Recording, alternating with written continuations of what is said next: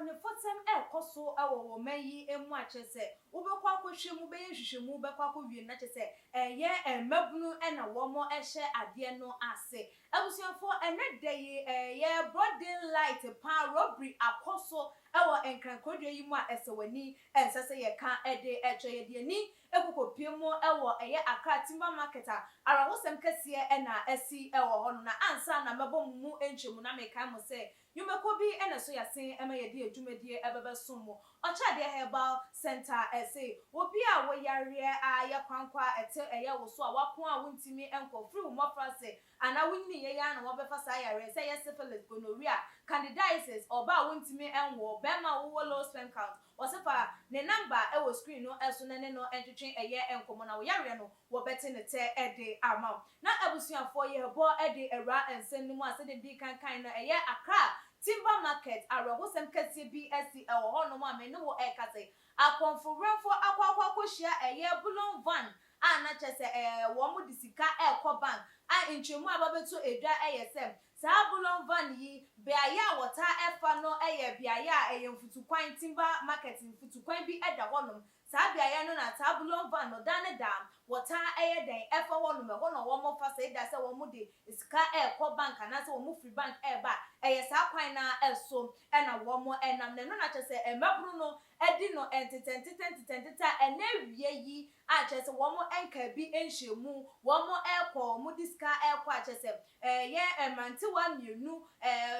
bi edi animu moto mienu a chese ni nyina obi atusu mienu di animu mienu edi eye echi na se de ekwan na esi efa etie no enya bia ya bibi nya obetimi atimi ada no ho ntentem se wo fa eye ba bi foforo enti moto mienu di echi na mienu edi animu na mo start se chese wo mo esani eye etuan maami a woton ensuo ewo kwan no ewo no bread tutuo na ekoso chese wo dwane ede age ne kra enkwa chese to yibi ekasa ya maami mi no wo kasa kenenenene wato na nanom ewo ensiedo aposifo mienu a na wo mo nsuso aba eye ni emu na chese wo mo behwe na amanyo matimi atuto edin no nsuso a ene mi no wo kasa ide wo mo nsuso ato na nanom ewo ensiedo a enesa Bullion van no nsuso driver wo chi eye ka no mi no wo kasa ide ni nsuno atu egu abonti a chese dise nyame na ebem anyasa na so no so hwere ne nkra de a na chese nipa enan ne dey akonforenfo age wo mo ekra ede afri wo mo ensa chese mpaye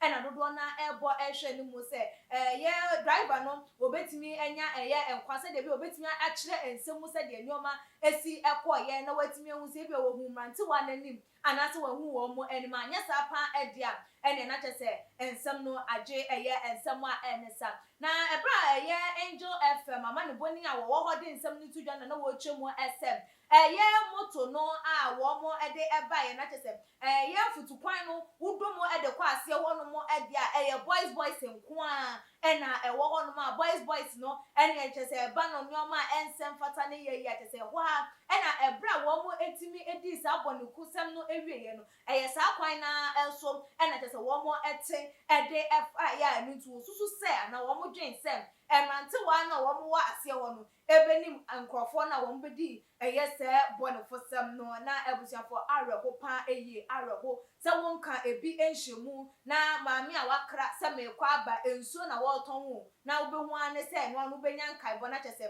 wato wo maami ato na nanom ewo eye ense edo na ebusiafo ye hwa dio adnyoma wenye de edikan o a chese ye beka se car ana bank car ekwo baabi akwanfo wonfo ehia wo mo enye de edikan enie Bullion van ya Rǒbbers akohia wo mo ewo ekwam akoso enti eden na mpanifo ede afa ho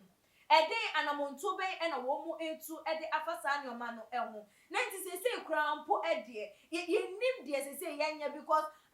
security personnel mpo ye nim so mo bebo ye ho bai krampo sese Rǒbbers mpo nsuro wo mo mfere wo mo mu wo mo ewo kwan bia eso aposifo ba ye wuda ka bu dwane amunjane nje mo kra na mo de mo nkwai amatimi asa ahwenyame anim ene bonsam atiko asa ku aposifo no asanso ede aka ho empinifo ede ena ye ede afasa nyoma we eho enkosi da ben ene ye be kunkum yetimamufo nyina ede afi wono chese ebi enka modehia na ntimi yentimi ensore waka ana yentimi ensori se ye bibi edi esi eye ehon ekwan eno na dodo na ebusa se ehu behiam se ye mampanya wote akonya so wonhwe na ebiemu eye street cameras se ye nya adwuma because se ye no any the only option ebetimi aboasa bonifusem bi se ekoso eno ene de ebetimi aboa me ye hunu se nipa asumasi ana wo benten kwabrani wei ana se wei ena etimi di bonifusem na nya aposifo eye hwehwemu a woni mu se ye hwehwe nipa asumasi ana wo benten enti wonya ni mfonya na ne footage kwampo na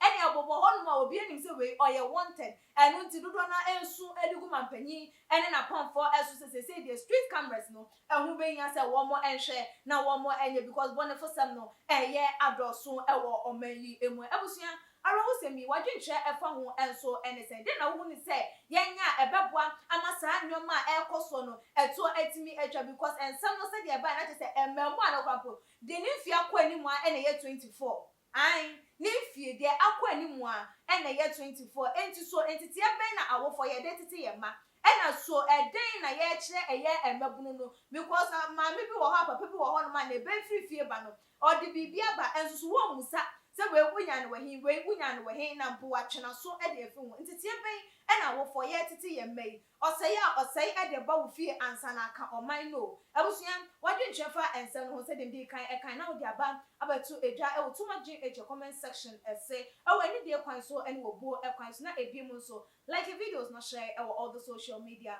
platform esu media ene akua sika pa dasne ye besan edi ehia ebi makram